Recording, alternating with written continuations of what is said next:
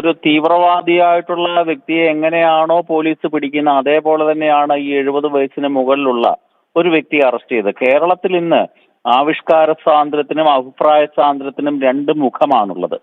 സംഘപരിവാർ പ്രസ്ഥാനങ്ങളിലെ പ്രധാനമന്ത്രിയോ അല്ലെങ്കിൽ രാജ്യത്തിനെതിരായിട്ടോ എന്ത് അഭിപ്രായം പറയുന്നവർക്കും എല്ലാവിധ സംരക്ഷണവും കൊടുക്കും. പ്രധാനമന്ത്രിയെ വെടിവെച്ച് കൊല്ലണമെന്ന് പറഞ്ഞ ജാൻമണി എന്ന് പറഞ്ഞൊരു കഥാപാത്രത്തിനെതിരെ കേരളത്തിൽ അങ്ങോളം ഇങ്ങോളം ധാരാളം കേസുകൾ പ്രവർത്തകർ കൊടുത്തു. ഇതുവരെ അവർക്കെതിരെ ഒരു ചെറുവിരൽ അനക്കാൻ കേരള പോലീസിന് സാധിച്ചിട്ടില്ല. അഭിപ്രായ സ്വാതന്ത്ര്യത്തിന്റെ ഭാഗമായിട്ട് ടി.ജി. മോഹൻദാസ് സാറ് ഒരു കാര്യം പറഞ്ഞു എന്നുള്ളത് കറക്റ്റാണ്. അദ്ദേഹം പറഞ്ഞതിന്റെ ആ പശ്ചാത്തലം എന്താണ്, അതിന്റെ ഏത് സാഹചര്യത്തിലാണ് അദ്ദേഹം പറഞ്ഞത് എന്നുള്ളതിനാണ് പ്രസക്തി ഉള്ളത്. രാജ്യത്തിനെ തകർക്കാനും രാജ്യത്തിനെതിരെ അക്രമം നടത്താനുമുള്ള ശ്രമങ്ങൾ പാറ്റാ സമരത്തിന്റെ മറവിൽ നടന്നല്ലോ. അതിനകത്ത് ഒരാളെ കൊല്ലാനുള്ള ശ്രമം നടത്തി, തീവ്രവാദികൾ തുഴഞ്ഞു കയറാനുള്ള ശ്രമം നടത്തി എന്നുള്ളതൊക്കെ പിന്നീട് തെളിഞ്ഞ വസ്തുതകളാണ്. അതിനെതിരെ അദ്ദേഹം കൃത്യമായ അദ്ദേഹത്തിന്റെ അഭിപ്രായം അദ്ദേഹത്തിൻ്റെതായ ശൈലിയിൽ പറഞ്ഞത് എന്തോ വലിയ രാജ്യദ്രോഹ പ്രവർത്തനം അല്ലെങ്കിൽ എന്തോ അതിഭീകരമായ ഒരു കുറ്റകൃത്യം എന്ന രീതിയിലാണ് അദ്ദേഹത്തിനെ പോലീസ് ഇന്ന് മട്ടാഞ്ചേരിയിലെ വീട്ടിൽ നിന്ന് പിടിച്ചുകൊണ്ടുപോയിരിക്കുന്നത്. ഈ സാഹചര്യം മറ്റുള്ളവരോട് എന്താണ് കാണിക്കാത്തത്?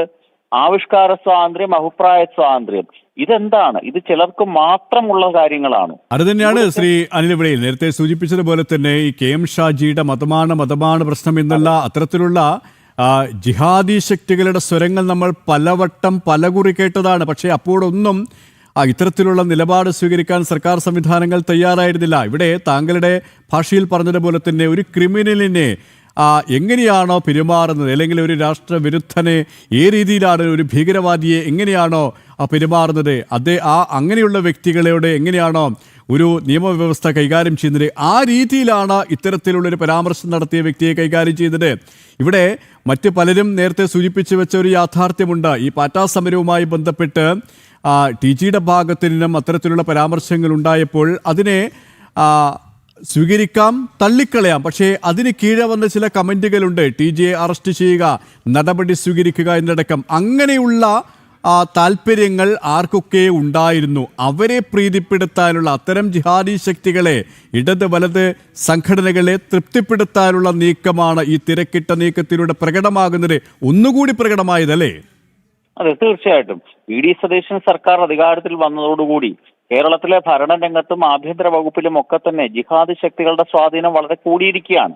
ടി.ജി. മോഹൻദാസ് പറഞ്ഞ കാര്യത്തിനെ പറ്റിയുള്ള വിശദമായ ചർച്ചയാണ് കേരള സമൂഹത്തിൽ നടക്കേണ്ടത്.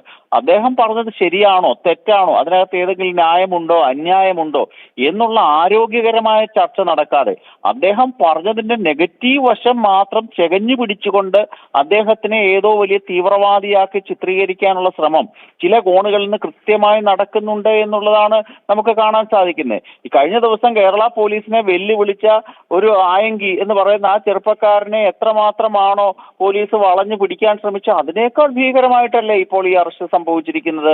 ഇതൊന്നും ഒരിക്കലും അംഗീകരിക്കാൻ സാധിക്കില്ല.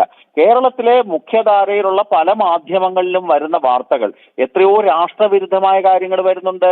ഒരു പ്രധാനപ്പെട്ട ചാനലായിട്ടുള്ള റിപ്പോർട്ടർ ചാനലിലെ അരുൺകുമാർ ഒരു കലാപം ഉണ്ടാവുകയാണെങ്കിൽ അന്ന് വൈകിട്ട് ആ നഗരം കത്തണം എന്നൊരു ജർമ്മൻ നാടകകൃത്ത് പറഞ്ഞിട്ടുണ്ട് എന്ന് പരോക്ഷമായി പറഞ്ഞുകൊണ്ട് ചെറുപ്പക്കാരെ അക്രമത്തിന് പ്രോത്സാഹിപ്പിച്ചതിനെതിരെ ബോംബെ പോലീസ് പോലും കേസ് രജിസ്റ്റർ ചെയ്തിട്ടുണ്ട്.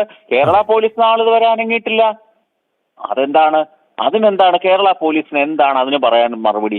ഒരു നഗരം കത്തിച്ചാമ്പലാകണം അന്ന് വൈകിട്ട് എന്നാണ് ആ പത്രമാധ്യമ പ്രവർത്തകൻ എന്ന് വിശേഷിപ്പിക്കാവുന്ന വ്യക്തി പറഞ്ഞത്. അതിനേക്കാൾ വലിയ കാര്യമൊന്നും ടി.ജി. മോഹൻദാസ് പറഞ്ഞില്ല. ഒരു നഗരത്തിനെ ചുട്ട് കത്തിക്കണം, ആയിരങ്ങൾ അവിടെ ചുട്ട് കത്തിപ്പോകണം എന്ന് പറഞ്ഞ പത്രപ്രവർത്തകനുള്ള സംസ്ഥാനത്ത് അതിനേക്കാൾ വളരെ മൈൽഡായിട്ടൊരു കാര്യത്തിനെ പറ്റി അവതരിപ്പിച്ച ഒരു മുതിർന്ന ആളാണ് അദ്ദേഹം. അദ്ദേഹത്തിന്റെ പ്രായം നമ്മൾ പരിഗണിക്കണം. അദ്ദേഹത്തിന് ഇത്രമാത്രം ഭീകരന്റെ രീതിയിൽ അറസ്റ്റ് ചെയ്ത് കൊണ്ടുപോയ നടപടി തീർത്തും അപലപനീയമാണ്. അതൊരിക്കലും അംഗീകരിക്കാൻ ഒക്കുന്ന കാര്യമല്ല എന്ന് എല്ലാവരും മനസ്സിലാക്കണം. കാരണം കേരളത്തിൽ ജിഹാദി ശക്തികൾ പിടിമുറുക്കുകയാണ്. ഇപ്പൊ നമുക്കറിയാമല്ലോ, മാംഗ്ലൂരില് യുവമോർച്ച നേതാവിനെ കൊന്നവരെയൊക്കെ എവിടുന്നാണ് പിടിക്കുന്നത്? കേരളത്തിൽ നിന്നാണ് പിടിക്കുന്നത്. അവരൊക്കെ കേരളത്തിനെ സുരക്ഷിതമായ ഒളിത്താവളമായി കിട്ടിക്കഴിഞ്ഞവർക്ക് അത് കേരള പോലീസിന്റെ സഹകരണം കൂടെ അതിനകത്ത് ഉണ്ടാകുന്നുണ്ട്. അതുകൊണ്ട് കേരള പോലീസ് ഇത്തരത്തിലുള്ള കാര്യങ്ങളിലുള്ള ഇരട്ടത്താപ്പ് അവസാനിപ്പിച്ചുകൊണ്ട് എല്ലാവരോടും തുല്യമായ ഭരണഘടന എല്ലാവരെയും ഒരുപോലെ കാണണമെന്നാണ് പറഞ്ഞിരിക്കുന്നത്.